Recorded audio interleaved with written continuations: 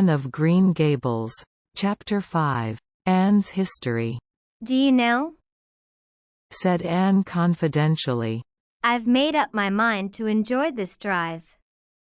It's been my experience that you can nearly always enjoy things if you make up your mind firmly that you will. Of course, you must make it up firmly. I am not going to think about going back to the asylum while we're having our drive. I'm just going to think about the drive. Oh, look, there's one little early wild rose out. Isn't it lovely? Don't you think it must be glad to be a rose? Wouldn't it be nice if roses could talk? I'm sure they could tell us such lovely things. And isn't pink the most bewitching color in the world? I love it, but I can't wear it. Red-headed people can't wear pink, not even in imagination. Did you ever know of anybody whose hair was red when she was young, but got to be another color when she grew up? No, I don't know as I ever did, said Marilla mercilessly. And I shouldn't think it likely to happen in your case either. Anne sighed. Well, that is another hope gone. My life is a perfect graveyard of buried hopes. That's a sentence I read in a book once, and I say it over to comfort myself whenever I'm disappointed in anything. I don't see where the comforting comes in myself, said Marilla. Why? Because it sounds so nice and romantic, just as if I were a heroine in a book, you know? I am so fond of romantic things, and a graveyard full of buried hopes is about as romantic a thing as one can imagine, isn't it? I'm rather glad I have one. Are we going across the Lake of Shining Waters today? We're not going over Barry's Pond, if that's what you mean by your Lake of Shining Waters. We're going by the Shore Road. Shore Road sounds nice, said Anne dreamily. Is it as nice as it sounds? Just when you said Shore Road I saw it in a picture in my mind, as quick as that. And White Sands is a pretty name too, but I don't like it as well as Avonlea. Avonlea is a lovely name. It just sounds like music. How far is it to White Sands? It's 5 miles. And as you're evidently bent on talking, you might as well talk to some purpose by telling me what you know about yourself. Oh, what I know about myself isn't really worth telling, said Anne eagerly. If you'll only let me tell you what I imagine about myself, you'll think it ever so much more interesting. No, I don't want any of your imaginings. Just you stick to bald facts. Begin at the beginning. Where were you born and how old are you? I was 11 last March, said Anne, resigning herself to bald facts with a little sigh. And I was born in Bolingbroke, Nova Scotia. My father's name was Walter Shirley, and he was a teacher in the Bolingbroke High School. My mother's name was Bertha Shirley. Aren't Walter and Bertha lovely names? I'm so glad my parents had nice names. It would be a real disgrace to have a father named, well, say Jedediah, wouldn't it? I guess it doesn't matter what a person's name is as long as he behaves himself, said Marilla, feeling herself called upon to inculcate a good and useful moral. Well, I don't know. Anne looked thoughtful. I read in a book once that a rose by any other name would smell as sweet, but I've never been able to believe it. I don't believe a rose would be as nice if it was called a thistle or a skunk cabbage. I suppose my father could have been a good man even if he had been called Jedediah, but I'm sure it would have been a cross. Well, my mother was a teacher in the high school too, but when she married father she gave up teaching, of course. A husband was enough responsibility. Mrs. Thomas said that they were a pair of babies and as poor as church mice. They went to live in a weeny-teeny little yellow house in Bolingbroke. I've never seen that house, but I've imagined it thousands of times. I think it must have had honeysuckle over the parlor window and lilacs in the front yard and lilies of the valley just inside the gate. Yes, and muslin curtains in all the windows. Muslin curtains give a house such an air. I was born in that house. Mrs. Thomas said I was the homeliest baby she ever saw. I was so scrawny and tiny and nothing but eyes, but that mother thought I was perfectly beautiful. I should think a mother would be a better judge than a poor woman who came in to scrub, wouldn't you? I'm glad she was satisfied with me anyhow. I would feel so sad if I thought I was a disappointment to her, because she didn't live very long after that, you see. She died of fever when I was just 3 months old. I do wish she'd lived long enough for me to remember calling her mother. I think it would be so sweet to say mother, don't you? And father died 4 days afterwards from fever too. That left me an orphan and folks were at their wits' end, so Mrs. Thomas said, what to do with me. You see, nobody wanted me even then. It seems to be my fate. Father and mother had both come from places far away, and it was well known they hadn't any relatives living. Finally, Mrs. Thomas said she'd take me, though she was poor and had a drunken husband. She brought me up by hand. Do you know if there is anything in being brought up by hand that ought to make people who are brought up that way better than other people? Because whenever I was naughty, Mrs. Thomas would ask me how I could be such a bad girl when she had brought me up by hand, reproachful-like.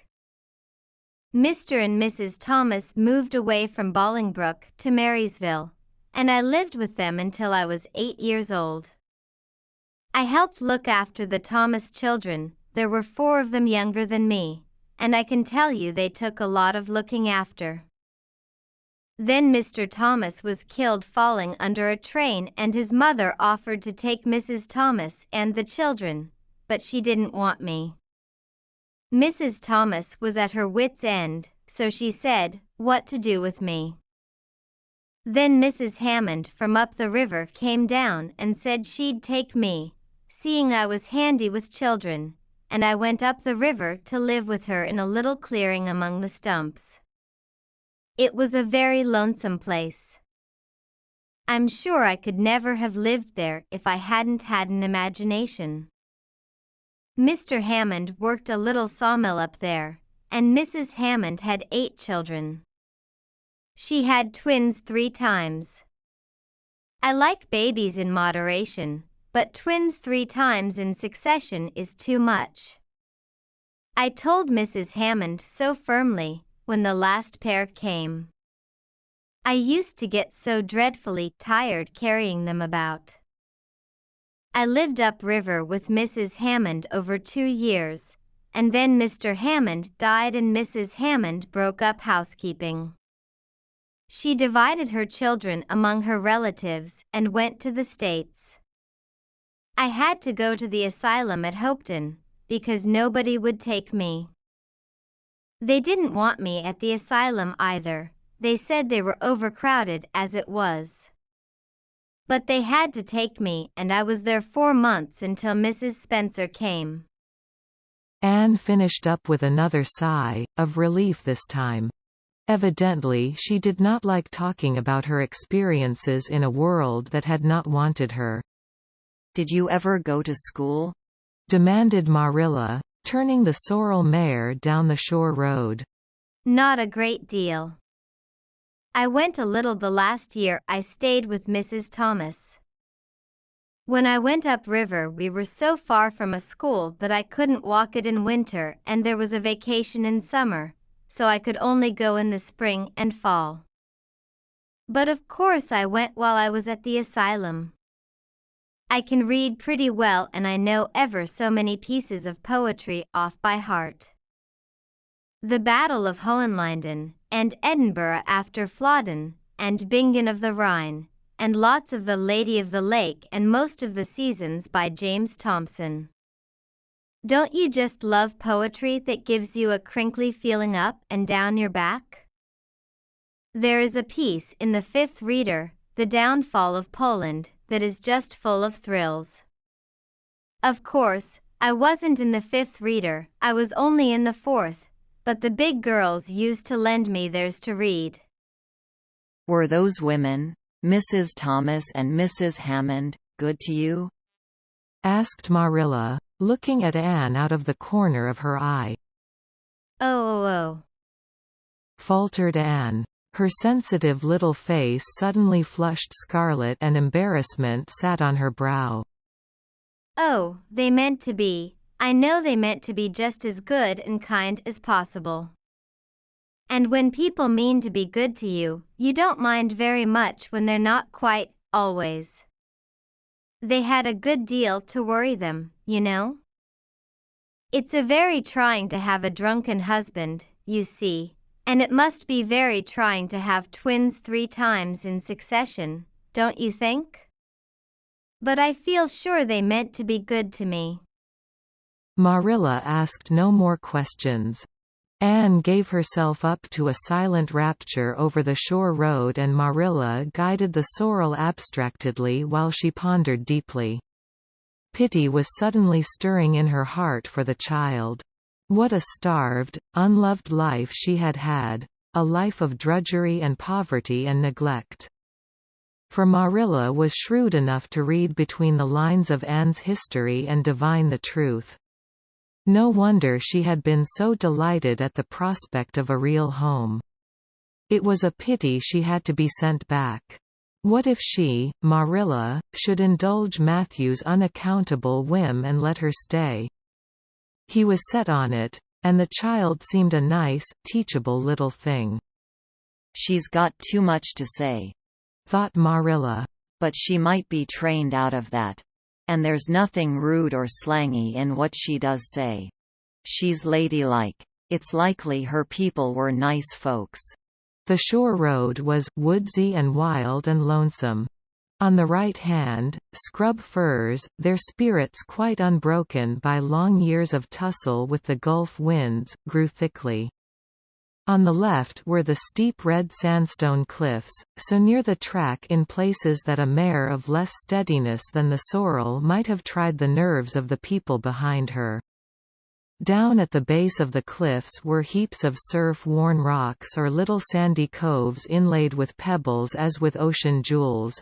Beyond lay the sea, shimmering and blue, and over it soared the gulls, their pinions flashing silvery in the sunlight.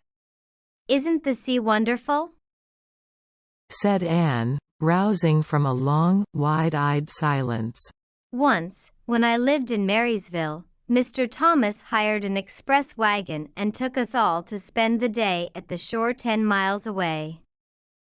I enjoyed every moment of that day, even if I had to look after the children all the time. I lived it over in happy dreams for years. But this shore is nicer than the Marysville shore. Aren't those gulls splendid? Would you like to be a gull? I think I would, that is, if I couldn't be a human girl. Don't you think it would be nice to wake up at sunrise and swoop down over the water and away out over that lovely blue all day, and then at night to fly back to one's nest? Oh, I can just imagine myself doing it. What big house is that just ahead, please? That's the White Sands Hotel. Mr. Kirk runs it, but the season hasn't begun yet.